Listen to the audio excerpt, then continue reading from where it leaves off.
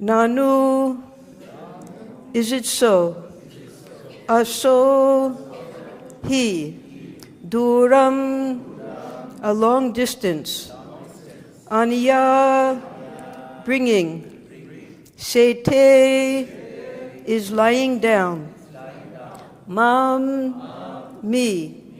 Iha, here. Sādhu-vat, like a saintly person. Iti, so. Matvā, thinking, him. Acyutam, to be Lord Kṛṣṇa. mūḍhas, deluded. Tam, him. Padā, with his foot. Samatāḍayat, struck with full force. Translation. So, after leading me such a long distance, now he is lying here like some saint. Thus thinking the sleeping man to be Lord Kṛṣṇa, the deluded fool kicked him with all his strength. Sa utthāya ciraṁ suptaḥ, shaner milya lochane, disho vilokayan parshve, tam adrakshid avastitam. Saha, he. Utthāya, waking. Ciraṁ, for a long time. Suptaḥ, asleep. Shanai, slowly. Milya, opening. Lochane, his eyes. Disha, in all directions. Vilokayan, looking about. Parshve, at his side. Tam, him. Kalyavana. Adrakshit, he saw. Avastitam, standing. Translation. The man awoke after a long sleep and slowly opened his eyes. Looking all about, he saw Kalyavana standing beside him. Now, this text number 12 we'll read together and then can be recited. Sattvatasya rushtaya drishti-patena bharata deha jenagnina dagdo bhasmasad abhavat kshanat. Sattvatasya rustasya drishti-patena bharata deha jenagnina dagdo bhasmasad abhavat kshanat. Sattvatasya rustasya drishti-patena bharata deha jenagnina dagdo bhasmasad abhavat kshanat.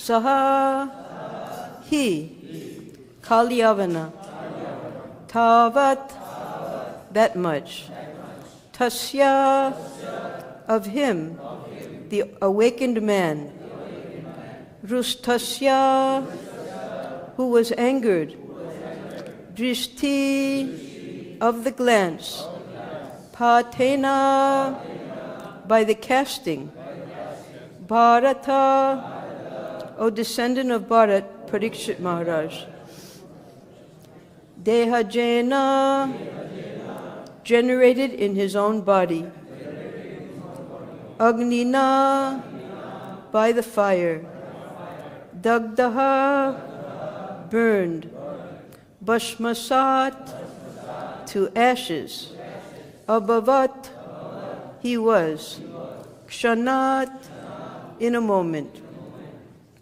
Translation. The awakened man was angry and cast his glance at Kalyavana, whose body burst into flames. In a single moment, O King Parikshit, Kalyavana was burnt to ashes. We can repeat together. The awakened man was angry and cast his glance at Kalyavana, whose body burst into flames. In a single moment, O King Parikshit, Kalyavana was burnt to ashes. Purport. The man who incinerated Kalyavana with his glance was named Muchukunda. As he will explain to Lord Kṛṣṇa, he had fought for a long time on behalf of the demigods, finally taking as his benediction the right to sleep undisturbed. The Harivamsa explains that he secured the further benediction of being able to destroy anyone who disturbed his sleep. Acharya Vishwanath Chakravarti Thakur quotes from Sri Harivamsa as follows: Prasuptam bodhayet yomam tam dhayeyam aham suraha chakshusha krodha diptena evam aha puna puna. Again and again Muchukunda said, O demigods, with eyes blazing with anger, may I incinerate anyone who awakens me from sleep. Srila Vishwanath Chakravarti explains that Muchukunda made this rather morbid request to scare Lord Indra, who, Muchukunda thought, might otherwise wake him repeatedly to request his help in fighting Indra's cosmic enemies. Indra's consent to Muchukunda's request is described in Sri Vishnu Purana as follows: Proktas cha devai samsuptam yastvam upayisyati deha jaina agnina sadhya satu bashmi karishyati. The demigods declared, whoever awakens you from sleep will suddenly be burnt to ashes by a fire generated from his own body. Om Ajnana Timirandasya Jnanan Jnana Salakaya Chakshusha Miltam Jena Tasmai Shri Gurave Namaha. Namo Om Vishnu Padaya Krishna Prasthaya Bhutale Srimate Bhaktivedanta Swami Iti Namine. Namaste Saraswati Deve Gauravani Pracharine Nirvishesha Sunyavadi Paschatya Desha Tarine. Jai Shri Krishna Chaitanya Prabhu Nityananda Shri Advaita Gadadhara Shivas Harigaur Bhaktavrinda. Hare Krishna, Krishna Krishna, Hare Hare, Hare Rama, Rama Rama, Hare Hare. So we have 3 action-packed slokas here. We've come to the conclusion of what happens to Kalyavana. on account of his inimical attitude towards the Supreme Lord. There's some important words in these 3 slokas that we can go over just briefly. In text number 10, Kalyavana, he's insulting the Lord further. The whole time that he was running behind Kṛṣṇa, he was insulting him in different ways. And Kṛṣṇa was simply smiling. Kṛṣṇa didn't even look at Kalyavana, because as a kshatriya, Kṛṣṇa was playing the part of a kshatriya. A kshatriya is not supposed to touch, even to kill, an unworthy opponent. That means a mlecha or yavana, an untouchable. So when Kṛṣṇa came out of the fort, he had asked Balaram to stay there to take care of the yadus who were still in Mathura. He came out of a little door, and his beauty attracted even Kalyavana, who had heard about his features from Narada Muni, and all of the 30 million soldiers as well. They were struck when they saw his beauty. No one could approach him. And Kṛṣṇa he floated right past them all. And he started insulting Kalyavana. He said, "I will not touch you. You're a low-born mlecha." And then he started to run away. So Kalyavana, being very desirous to fight, though Kṛṣṇa didn't want to fight, he had no interest in fighting, he had some other plan in his mind, Kṛṣṇa started to go to the south. And Kalyavana decided to follow him, and the soldiers all stayed where they were. And the whole time Kalyavana was chasing him, he was hurling insults at Kṛṣṇa. But Kṛṣṇa took him very far. So finally now, Kṛṣṇa has come to the place where he wanted to bring Kalyavana. He wanted to take him from the battlefield, because Kalyavana, being very powerful and having a very huge army, it was already nearly Kali Yuga time, the end of the Dwapara Yuga. Already the mlechas were multiplying like anything all over the earth. So he brought with him 30 million soldiers. He wanted to have a nice, good fight, because he couldn't find anyone worthy of fighting with him on the battlefield. And his boon from Lord Shiva was that he would always be victorious on the battlefield. Now Kṛṣṇa wanted to honor that boon of his devotee, so he very carefully took him away from the battlefield. And at the same time, while desirous of killing this mlecha, he wanted to benedict his dear devotee, Muchukunda. Now Muchukunda, he had been sleeping for a very long time. They say almost 4 million years. That's because we've heard so many times the different calculations that in one day of Brahma, there are 14 manus.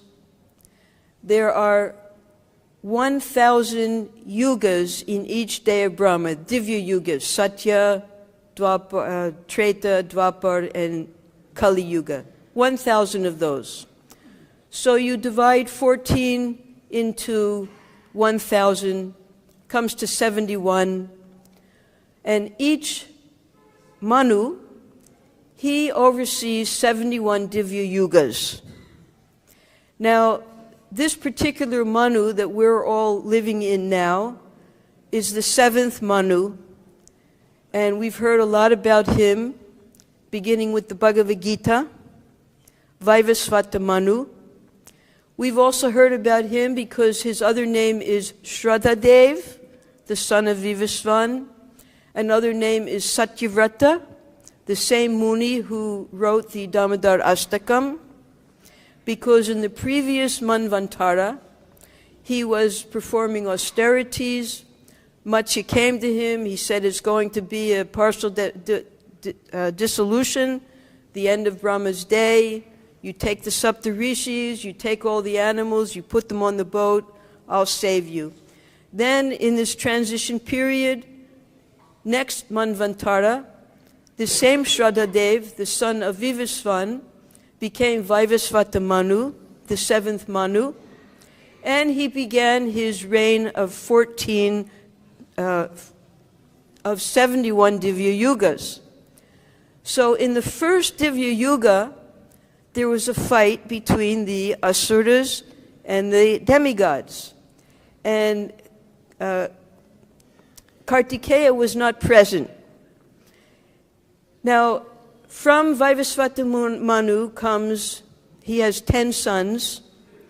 The most illustrious of them is Ikshvaku. Another of his sons was Nirga. We'll hear about him later. So Ikshvaku, coming from Ikshvaku, somewhere between 19 and 24 generations, comes Yavanashva. Now, all of this is happening here in Madhupuri, in the district of Mathura, because this was the center of the earth and this is where the emperors lived. And there was a king named Madhu, and he had a benediction. He had a spear given to him by Lord Shiva that was given to him by Vishnu, and this spear Lord Shiva gave to Madhu, and Madhu made his kingdom here, and unfortunately he married the sister of Ravana, and from this wife of his he gave birth to a very powerful demon named Lavanasura. So Lavanasura, he was such a demon, Rakshasa, that he used to beat his playmates, kill them, and then eat them. And Madhu, being a very pious king, making Madhupuri his kingdom here in Mathura, he was so ashamed of the activities of his own son that he gave up the kingdom and gave up his life. Lavanasura then had that spear. And he lived on the other side of Mathura in the forest of Lohavan. So Lohavan is also the place where every time Jarasandha came, he would be defeated at that very forest of Lohavan. It's directly across the Jamuna from Mathura. So he would come to attack, and he himself would be defeated in Lohavan. So finally, this Lavanasura, many generations later, many great kings came in this Suryavansh after Ikshvaku. We've heard of the name Katvanga Maharaj. He's also in this Suryavansh. He also had a similar benediction from the demigods, just as Muchukunda had, asking whatever you want, because he had helped the demigods fight the demons as well for a very long time. Same thing happened. His whole family was diminished to nothing because of the time pass. And he asked the benediction. He wanted to know when he was going to die. The demigods told him, "You have one moment." He returned to earth. He became absorbed in the Supreme Lord, and he attained the Lord's abode. So many illustrious kings came in the same line. And after many, many generations came a king named Yavanashva. He also was living here with his 100 wives. He had no sons. And out of desperation, he went into the forest. And the sadhus in the forest were performing Indra yagya for him so he could have his son. But unfortunately, at the wrong time during the yagya, he became very thirsty. This is all in the 9th canto. He drank the sacrificial water and became pregnant. The Ashvini Kumars assisted him in delivering a very illustrious son named Mandatta. And we've all heard of Mandatta. Mandatta was the great king here who lived in Mathura. And his sons were Purukakshi, Ambarish Maharaj, and Muchukunda. 3 great devotee sons. His eldest son took over the reign after Mandatta retired. And his two other great sons, we hear about Ambarish Maharaj's entire history in the 9th canto. And now we're hearing about the third son, Muchukunda. So Muchukunda, being a very pious, righteous, and devoted to the Brahmin's king, because Kartikeya was not present amongst the demigods yet, Indra asked Muchukunda to come to Svargaloka and help them fight the demons. And Muchukunda immediately gave up his kingdom here just to satisfy the demigods and the Brahmins and went to fight for many, many years. It was thousands of years by earthly calculations. So when the fight was over, and the demigods were very pleased, and by that time they had attained Kartikeya, Prabhupada explains in the Krishna book that Kartikeya himself came to Muchukunda and said, "We're so grateful to you for all of your fighting. Now you please ask us for any benediction except for liberation, because we as demigods, we cannot give liberation, only Vishnu can give." So Muchukunda, internally, he was thinking, well, what's the use of taking a benediction? All I want is devotion to Krishna. So at that time, there was a Vridha Gargya. He was a great ancient sage. And he advised Muchukunda that now is the first Divya Yuga of Vaivasvata Manu. In the 28th Divya Yuga, the Supreme Lord who you want to attain will be appearing at the end of Dwapar Yuga. And you will be able to get his darshan. So Muchukunda, after fighting for so many thousands of years, all of his limbs were completely slackened. He had no energy left in his body. And he knew he wasn't going to be able to stay awake from the first Divya Yuga up to the 28th Divya Yuga. He had to sleep. So he decided, because there are 3 different types of sleep. This sleep, explained here, is suptaḥ. There's jagriti, when we're awake and still dreaming, as we're all doing now. The daydreaming, all day long, especially in Bhagavatam class. Jagriti, that's one stage. Then there's the night sleeping, the svapna. We go to sleep for some time, and then we're awakened, and we remember, oh, I have to do this today, I have that to do. We remember all of our duties, and we start our daydreaming again. And then there's the susupti, and that's at the end of Brahma's day, when we go into complete unconsciousness. This is also during the 7 months when we're placed into the womb, let's say, of a human being for 7 months. We lose our consciousness, there's no dreaming. But we also wake up again. So this supti that Muchukunda was experiencing, it was a dreamless sleep. And he realized that if he asked for this sleep, it would go by in an instant, although it was millions of years, almost 4 million years, because his only interest was to have the darshan of Lord Kṛṣṇa. And he decided at that time that when he took this benediction, and Kartikeya and all the demigods readily gave it to him, that he should find a place near to Mathura, because then, when Krishna appears in Mathura, it will be easier to get his darshan. So in the Varaha Purana, Varahadev explains that the place that Muchukunda chose was a nagar south of Mathura called Davala Nagar.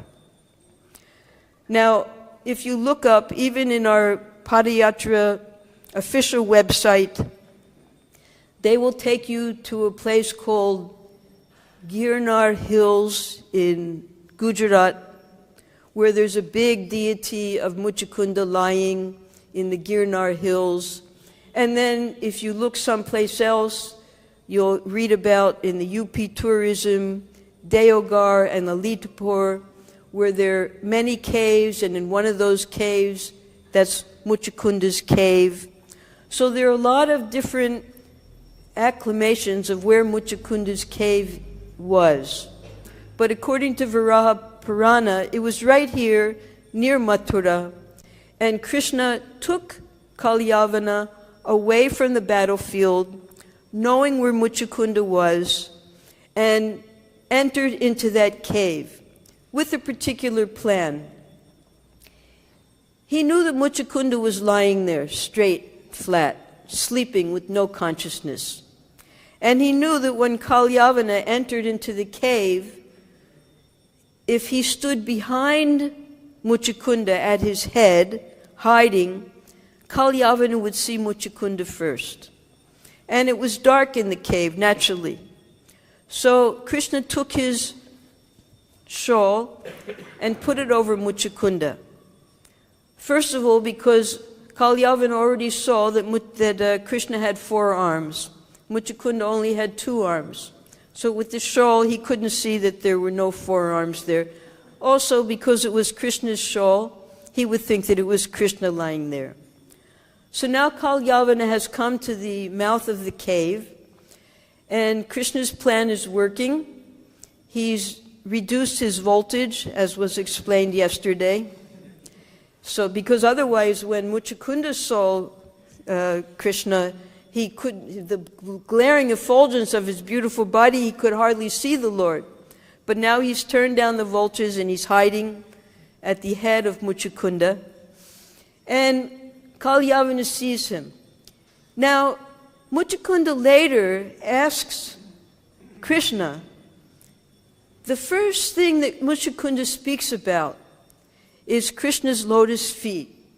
That how were you able to come on this thorny, rocky path to reach this cave? He was so concerned about Krishna's lotus feet. So it's explained that actually Krishna didn't walk, he floated. And as he was floating, he was really enjoying this trip. And he was smiling, and he was looking forward. He had his back to Kalyavana the whole time. In the spiritual world, Krishna is the center. And we, who are aspiring to serve Krishna in the spiritual world, we're all like concentric circles with Krishna in the center. There's no conflict whatsoever because each one of us is trying to serve Krishna in different ways. So Krishna is the center. And when you have a circle, you have a center and you have something called a diameter. It goes from one edge of the circumference to the other, and it goes straight across through the center. So Kalyavana and Muchakunda were diagonally complete opposites. If you compare every single one of their qualities, they are diametrically opposite. Kalyavana was born in a Mlecha family from not even his own father, Gargamuni, or some say Gargamuni's grandson or grandson. In other words, it was an arranged birth, not a religious birth. Born in the family of Yavanas, he was blackish, powerful body, very interested in fighting, very interested in finding a proper opponent to fight with. You look at Muchakunda. Muchakunda was saintly by character, though a kshatriya. He was always ready to help the demigods. He was fully devoted to the brahmanas, pure devotee of the Supreme Lord, just ready to do anything to get the Lord's darshan. So Krishna in the center, he faced Muchakunda, and his back was to Kalyavana. Now Kalyavana, entering the cave, he sees Muchakunda lying there, and thinking that it's Krishna, he even there begins to insult Krishna. He said, oh, you're lying there just like a sadhu, like a saint. Here's that word, sādhu-vat.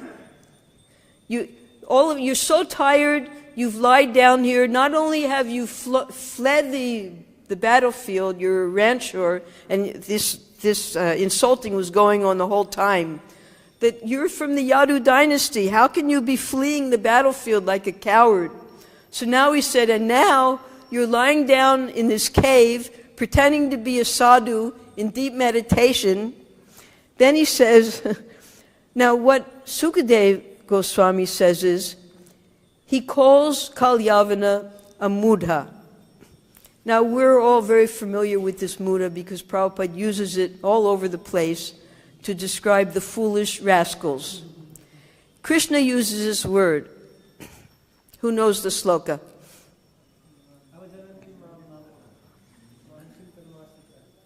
Avajananti ma mūḍhas manusim tanum ashritaha. So this is the perfect description of Kalyavana. Avajananti ma mūḍhas. They can't understand me, they don't know anything about me, therefore they're mūḍhas. They're fools and rascals. Manusim tanum ashritaha. Why? Because Krishna, in his play, he has taken the form of a human being. But Krishna's in his forearm form here. He's not in the form of a human being. He's coming out of Dwarka, out of Mathura in a forearm form. That's a Vishnu form. So this is explained very elaborately, also coming from the Bhagavad Gita, the 11th chapter. Because when Arjuna asked to see the different forms of the Lord, when Krishna explained to him who he was, actually, I'm not just your friend, I'm the Supreme Personality of Godhead, you can see me in all these, the 10th chapter. Now Arjuna is requesting, can I see that cosmic form of yours? And he becomes so frightened when he sees it.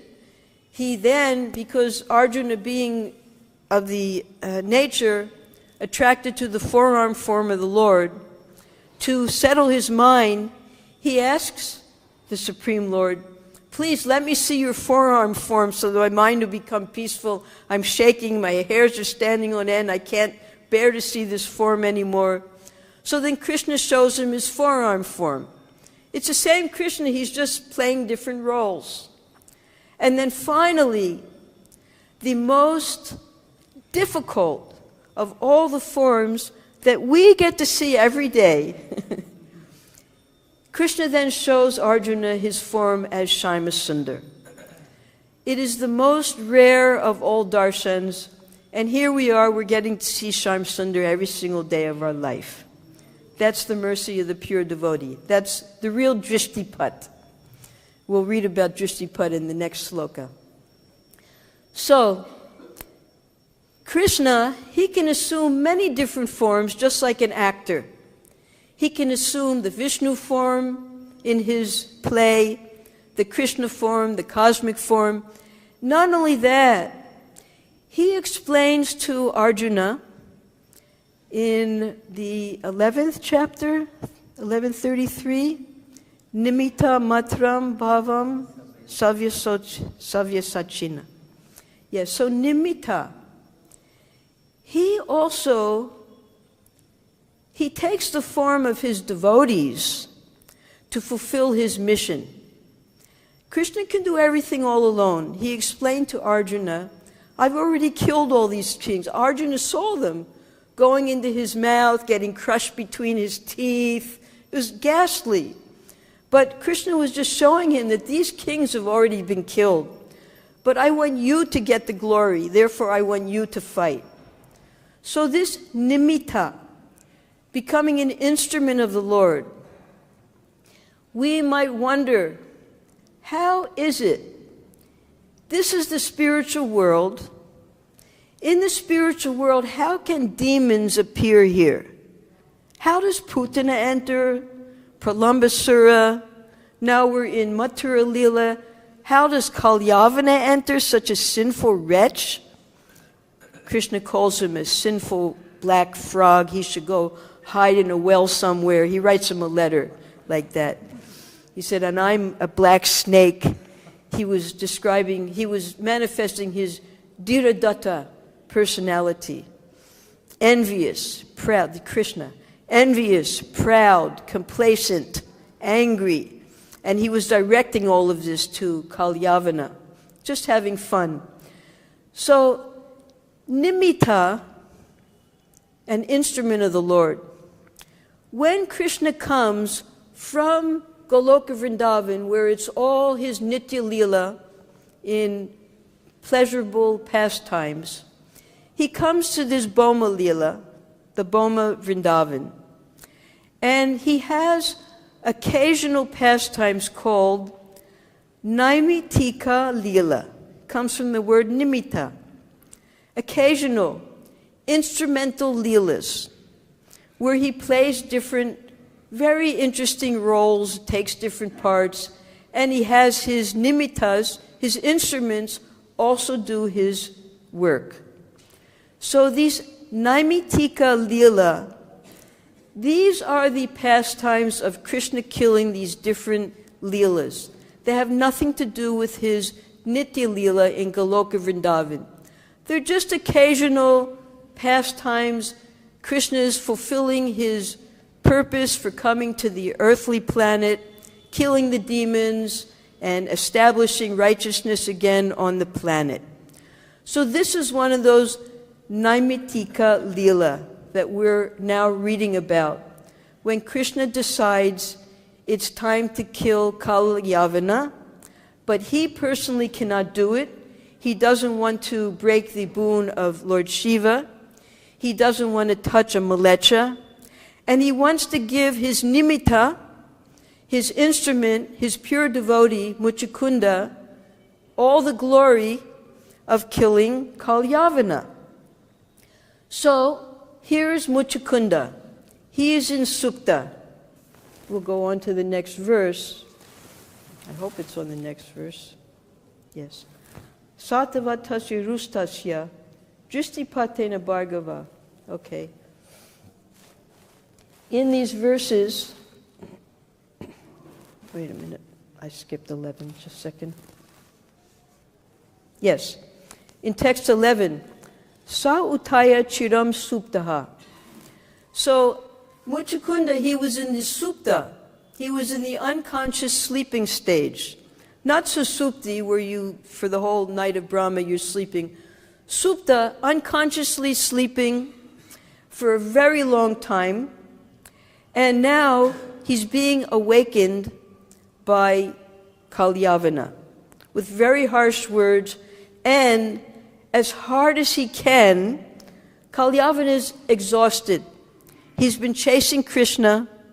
Krishna knows he's exhausted. That's why he brings him to the cave.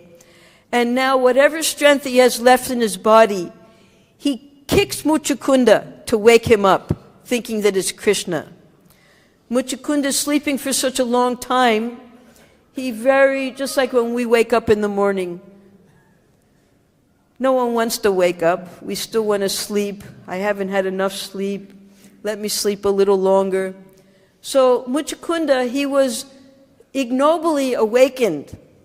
He wasn't ready to wake up. Kalyavana came and kicked him so hard. So he woke up in an angry mood. And what did he do? Standing at his side, he sees Kalyavana. And he gives him a drishtipat. Drishtipat usually is what all over the Srimad Bhagavatam, the devotees are asking for the drishtipat of the Lord. You give me your glance of mercy. Please benedict me.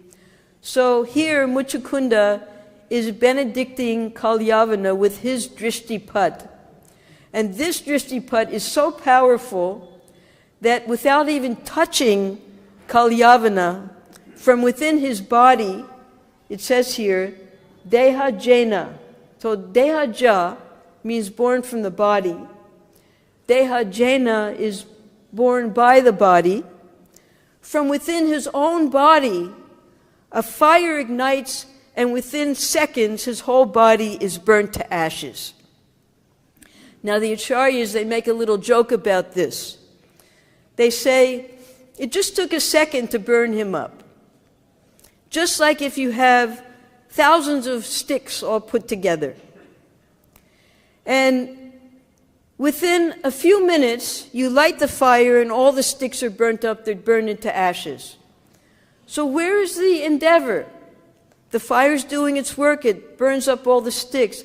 The endeavor comes from the person who had to collect all those sticks. So this burning up within a second, look at all the endeavor Jarasandha had to go through. 18 times he had to collect 23 akshohinis, bring them to Mathura at Lohavan, get them all destroyed by Krishna within a few minutes, go back to his kingdom, and do all that hard labor again of getting another 23. So it was Jarasandha who was doing all the hard work. And Krishna was just burning everything up that he had done. Jarasandha was very, very angry at this time. The first few times that he came, the inhabitants of Mathura were very frightened. They were very scared what was going to happen. After the third time, they just started to laugh every time he came, because they knew what was going to happen by then. Meanwhile, back in Vrindavan, Nanda Maharaj, he's sending the messengers back and forth. Krishna's sending his messengers. He wants to find out how the Brijbasis are. Nanda's sending his messengers to find out what Krishna's doing.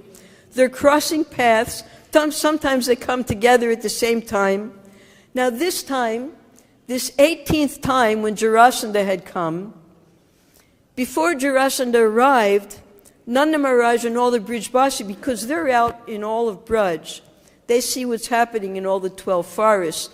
They see coming from the southwest this 30 million soldiers, all bearded, black. Their leader is black. They had never seen soldiers like this before, coming from another direction, not Jarasandha's army. And they don't know what to do. So what do? Is they go to the east, and in a mountain valley where there's a lot of forests, they take all the cows, all the inhabitants of Vrindavan, and hide in that forest with the cows. So Kalyavana won't attack Braja. There are no inhabitants there to attack, because he was headed towards Mathura. You have to go through Braj to get to Mathura. So the inhabitants, they were all in the valley with the cows, no room for them, hiding between the trees. And these stronger Brijbasis, they climb up on the treetops to look at Mathura to see if any messengers are coming. They were worried about Krishna. They weren't even worried about themselves. Meanwhile, Krishna, he was worried about the Brijbasi, because he knew that the Kalyavana was coming. So he sent his messengers to find the Brijbasis. All the messengers meet. They tell the Nanda Maharaj, everything's all right. Krishna's going to kill Kalyavana. Don't worry. You've seen this all before. And then they go and they go back to Mathura to tell Krishna that Nanda Maharaj and all the Brijbasis and the cows, they're safe in the forest. But when they get back to Mathura, nobody's there. Because in the meantime, Krishna took all of the inhabitants to Dwarka overnight. So the messengers, they don't know where Krishna went, they don't know where the inhabitants are, they can't understand what happened.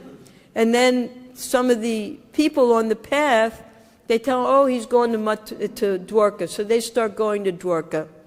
Meanwhile, Krishna comes back, and just through the skyways in his airplane, he comes back to Mathura to fight with Kalyavana before Jarasandha appears. So this is all going on during that time. Everyone is safe. The Brijbasis are safe in the forest. The Mathuravasis are safe in Dwarka. Krishna and Balaram are there in... Balaram was kept in Dwarka to look after the Brijbasis. Krishna is here now in Mathura. Comes out, floats to Muchakunda's cave. Now Kalyavana has been burnt to ashes. And from tomorrow, we will hear about the perfection of Muchakunda's life. How, after sleeping for millions of years, just waiting to get the darshan of the Lord, he sees the Lord, exactly these diametrically opposite personalities. When Kalyavana saw the beauty of the Lord, he simply became more enthusiastic to fight because of his inimical nature. Although seeing the Lord, he could not get the benefit, because immediately upon taking darshan of the Lord, you get your sinful reactions nullified. But you don't get bhakti, you don't get the perfection of life. So it's explained in the second canto, we heard also yesterday. Sukadeva Goswami, there's a whole list of all of the demons who attained Sayujya or the Vaikuntha planets because of being killed by the Lord or his nimittas. So Kalyavana, he's mentioned there. Jarasandha is not mentioned there, although he does attain liberation later. But Kalyavana, he attains this Sayujya liberation, entering into the Lord. And then Muchukunda, being a pure devotee, when he sees the exact same form of Krishna in the form of his Vishnu Murti, he's completely overwhelmed with love. And he assumes, because Vridha Gargya had told him that you're going to have darshan of the Supreme Lord, he assumes that, yes, now I am seeing the Supreme Lord. And when because by proper etiquette, when you meet someone superior to yourself, you don't demand to know who is that person. First you introduce yourself. And Rupa Goswami explains one of the examples of humility that Rupa Goswami gives are these prayers of Muchukunda. Because Muchukunda, he introduced himself as a fallen kshatriya, as a sinful person who now is getting the darshan of the Lord. In all of his humility, he was introducing himself to Lord Kṛṣṇa there in the cave. And Krishna, he was appreciating the humility and the qualities of his pure devotee, Muchukunda. And therefore, he offers him any benediction he wants. Now, Muchukunda, he didn't want anything except for devotion to the Supreme Lord. There's a bhajan, they sing it here in Braja, and they say, what if Krishna came to your door right now? What would you do? So we can just think for a minute. If Krishna came before us right now, what would we do? So Muchukunda, he had that opportunity. Krishna standing before him. He's saying, I want to give you a benediction for all of the austerities you performed. Please tell me, what do you want? So Muchukunda, he doesn't immediately ask for a benediction. First he praises the Lord. He explains his fallen condition. He explains how only the Lord can save those of us who are caught here in the stringent clutches of Maya. And then he prays, my Lord, all I want is devotion to your lotus feet. Because he first thought of the Lord's lotus feet. And Krishna was so pleased. But there's something else going on here. Rukmini was going to be betrothed to Shishupala. We'll read about this in the coming chapters. And Krishna was very interested in saving her. He had some work to do. He had just finished killing Kalyavana. He had just benedicted Muchukunda. Muchukunda came from the first of the Divya Yugas. He was gigantic. And each Divya Yuga, the people, they reduce in size, especially Kali Yuga. So Krishna was not as big as Muchukunda. And Muchukunda was fully surrendering to him in his lotus feet. But Krishna has some things to do. He had to go kidnap Rukmini And he was thinking, well, how's Muchukunda going to fit into this pastime? So he said, I want you to go to Badarik Ashram. I want you to meditate. And then in your next life, you will become an exalted Brahmin. Exalted Brahmin means a Vaishnava. And you will serve me throughout your whole life by preaching Krishna consciousness. So Krishna very politely, because he had other things to do at this time regarding his Dwarka Leela and saving of Rukmini from the clutches of Shishupal, he sent Muchukunda to meditate. And Muchukunda went to the Gandhamadana mountains, a place of Narayan. He attained perfection. He left his body. He became a pure devotee and went on with preaching Krishna consciousness in his next lifetime. And next chapter, we'll hear the coming episodes of Krishna playing the part of a manushim tanum ashrita. In the form of a human being, he's enjoying 16,108 wives with his family in the beautiful palaces in Dwarka, always meditating, when will he be able to come back home to Nanda Maharaj and Yashoda? Any questions?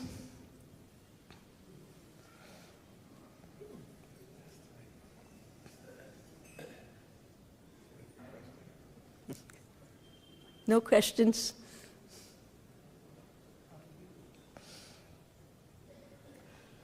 More pastimes?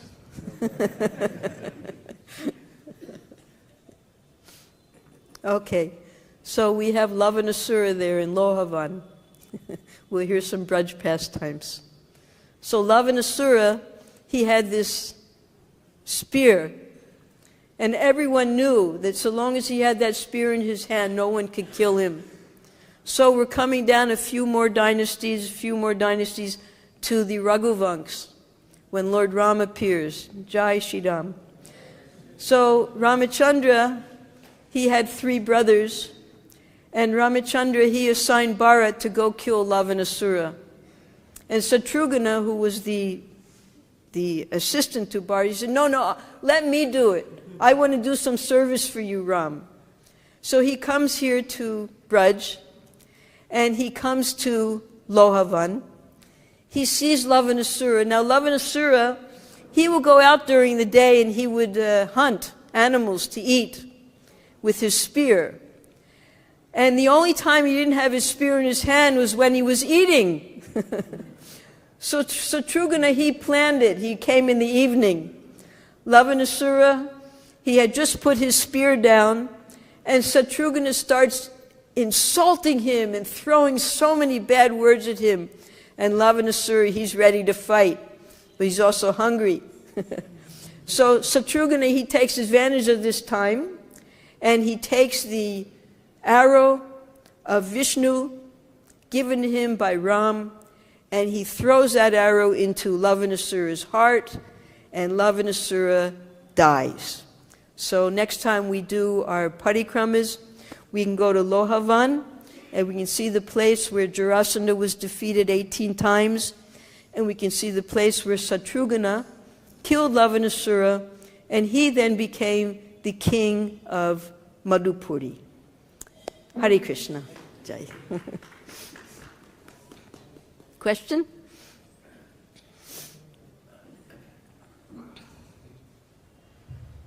Hare Krishna. Just mentioned about Nitya Lila and Nimitik Lila.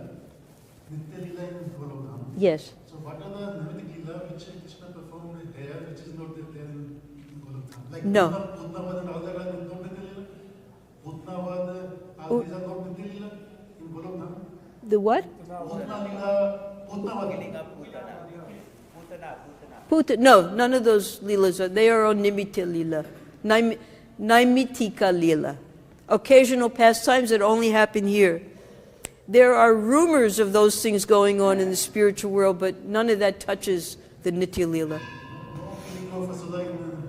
No killing of demons. Only Jagriti. That's the Turiya stage. Here we're sleeping and dreaming in all 3 stages.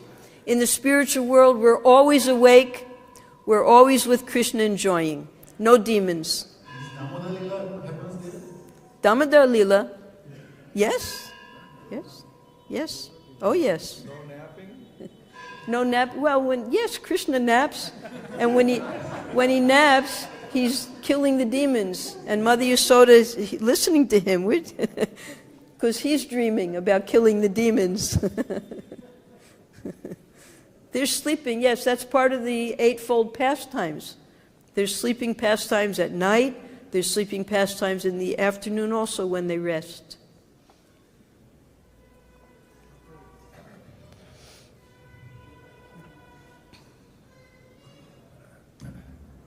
Nothing is just like I'm thinking about this pastime with this Kalyan.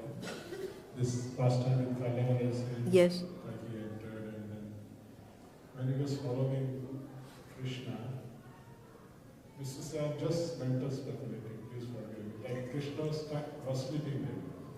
So if somebody is following somebody for fighting, another person, how he can go in the cave and sleep? There was some time distance between Krishna came in the cave and then Kalyan. No, Krishna wasn't sleeping. Yes, Krishna was sleeping, but Krishna was not sleeping. yes, he was not sleeping. Muchukunda was Muchukunda sleeping. was sleeping. He ran into the cave, Yeah. put his shawl on Muchukunda, and then stood at Muchukunda's head on the other side of Muchukunda, so that when Kalyavana came in, he would only see Muchukunda lying there. No, but like somebody is fighting, going to fight with somebody, and somebody is running behind somebody. Oh no, well, Krishna told Kalyavana at the beginning, when Krishna was insulting Kalyavana. He said, this is, Jiva Goswami explains it, he said, if you touch me, you're victorious. And if you can't touch me, you've lost. You've been defeated.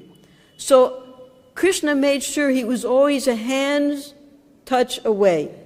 Kalyavana never even got to touch Krishna. He was just chasing him the whole time. There was no fight. So he was just taking him away from the battlefield to Muchukunda so Muchukunda could kill him. Question is like, he saw Krishna sleeping there.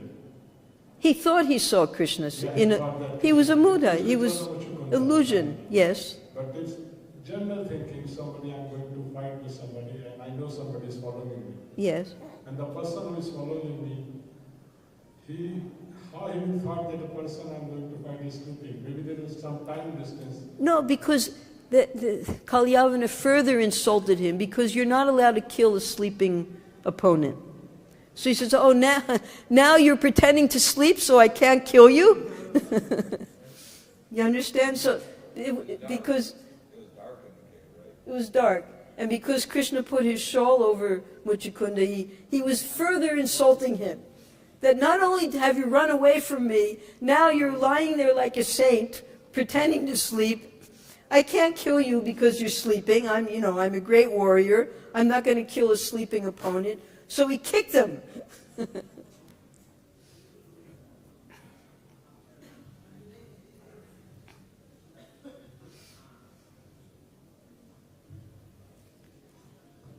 Thank you so much for joining the class. So, my question is about proportion in these stories. Proportion. When we hear Jarasandha brings like whatever and number of akshamonis to grudge, and this person who collected 30 million of his warriors, should we understand this to be, and generally also in the Vedic Yes. literatures, we hear these descriptions. Very much so. This to be literal? Have you ever gone to Kumbh Mela? Do you know at Kumbh Mela there are up to 30 million people in one place? Have you ever seen that? You've been there? No, you go to Kumbh Mela and you'll see 30 million people in one place. Correct, but we're hearing It's not imaginary, it's real. definitely real, but my question is on proportion. Is it a hyperbole where it's saying it's a massive army, but 30 million people, 5,000 years No, ago? it's not mythology. It's real. It's real, and you can see it yourself. Go to the next Mahakumbh Mela, you'll see 30 million people all in one place. And then you'll understand the magnitude of the army that Krishna had to fight. Okay. How many stars did King Uber staying ahead? How What we're saying? All.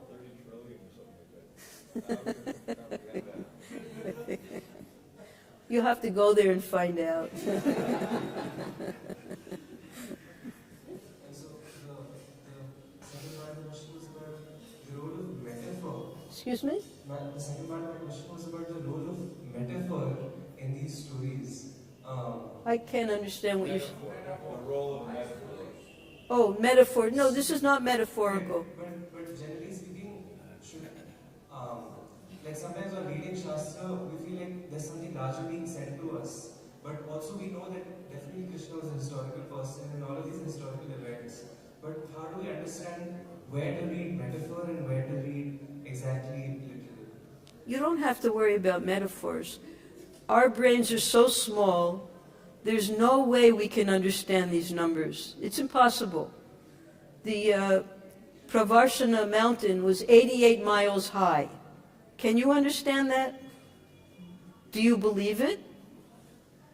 You just have to read it, and sometime Krishna will allow you to understand it. There was one, actually, the former wife of Gopal Krishna Maharaj. She used to write to Prabhupada and ask questions like this. So finally, after a whole slew of letters, Prabhupada wrote back to her. It's in the database. He says, you'll have to go there and find out for yourself. When you go there, then you'll understand. So with our tiny brain sometimes, how can we understand these numbers? But when we go there, we'll find out. Okay? Thank you. Hare Krishna Mataji. Sorry for the honesty. In response to his queries, I had to sloka for that from Mahabharata Bhishma Parv 5.22. Achinta khalu ye bhava na tamsa tarkeno ujaya.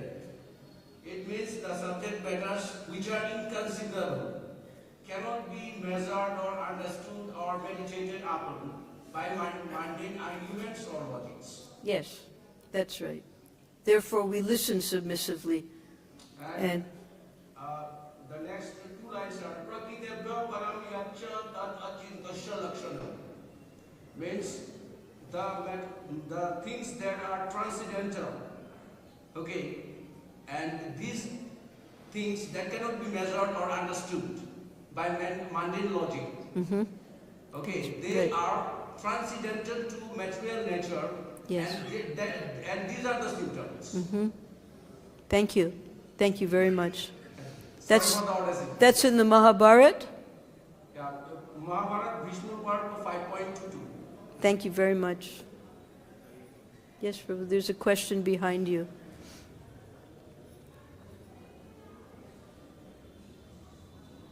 Krishna, my question was, like you said, like Putna and third, because she was also a devotee, but she was different in serving in a different mode. Like Who? Putna, or the demons who come in Vrindavan. So you said, Putana, yes. So they are also serving Krishna, but in a different way. Like these demons who come in Vrindavan. And you said there is like Krishna is in the center and the diameters of the opposite. One is Muchkanda, the pure devotees, and this pure evil. Yes. They're all trying to serve. But so like as we say to children, like these are total opposite devotees, like pure evil and pure devotees. Well, you see, the Kalyavana wasn't killed in Vrindavan. The demons who are killed in Vrindavan, they attained Krishna Loka. He was killed outside of Vrindavan. And each one of we've been doing very in-depth study since we started the 10th canto of the lives of each one of the demons that Krishna killed. Many of them had been devotees in their previous life. They might have committed some offense, and therefore they were coming here to be benedicted by Krishna and go back to Godhead. So the history of Putana, she was the sister of Bali Maharaj, and she was very attracted to Vamanadev. She wanted to have a son like him. But then after Vamanadev took everything away from Bali Maharaj. She said, well, if I have a son like him, I'm going to, I will kill him, I'll poison him to death after what he's done to Bali Maharaj. So these are all pastimes, loving pastimes that go for many, many lifetimes, and it's not that we can answer that question at the end of one Srimad Bhagavatam class. You have to understand the personalities that are being discussed in Srimad Bhagavatam in depth to understand how they attained liberation, why they came to Vrindavan for Krishna to kill so they could go back to Godhead. Very special demons who get to come here. Okay? Thank you so much. There's a question behind you. Can we say that, thank you so much, can we say that the demons are all attracted by material desire or sanskatification? The what? Are the demons all attracted by sanskatification and material desire? Yes, that's the definition of a demon. That's described by Krishna in the Bhagavad Gita. Yes. Thank you very much. All glories to Srila Prabhupada. Jai.